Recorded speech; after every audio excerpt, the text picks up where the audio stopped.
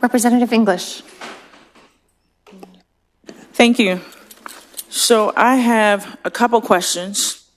Everyone knows how I feel about funding beds and opposed to education because we pay more per person that's incarcerated than we do for students. So one of my questions is what upstream investments, education, youth programs, mental health services could reduce the need for this level of correction spending? That's my first question.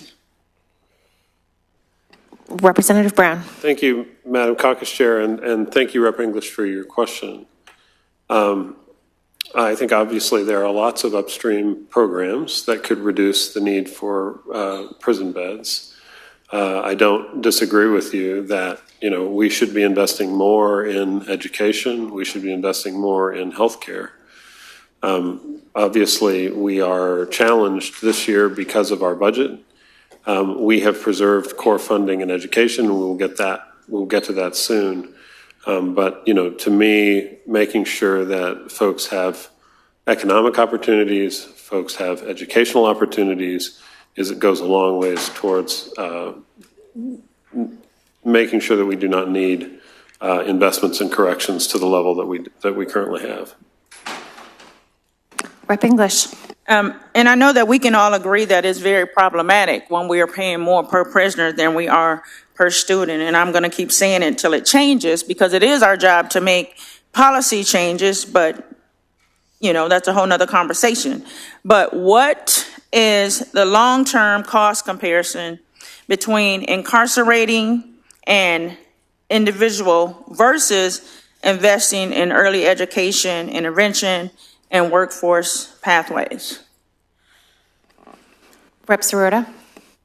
Thank you, Madam Caucus Chair, and thank you, Representative English. I absolutely agree that investments in early childhood education and investing in our kids and families when they are young does pay dividends down the road, and that is a significantly important place for the state to make investments, and I believe we have increased those investments during my time in the legislature, at least. But I absolutely agree with you that those pay significant benefits both to society and to the actual kids and families that we're supporting through those programs.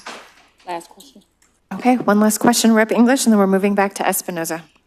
Can we justify expanding corrections funding when schools are still facing resource gaps, staffing shortages, and unmet student needs? Because it comes to the point either we're funding outcomes or maintaining systems. So what's the justification in funding corrections opposed to education?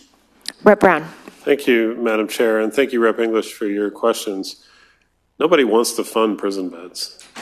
People keep being sentenced into the prisons, and it is our responsibility as a state to take care of those folks.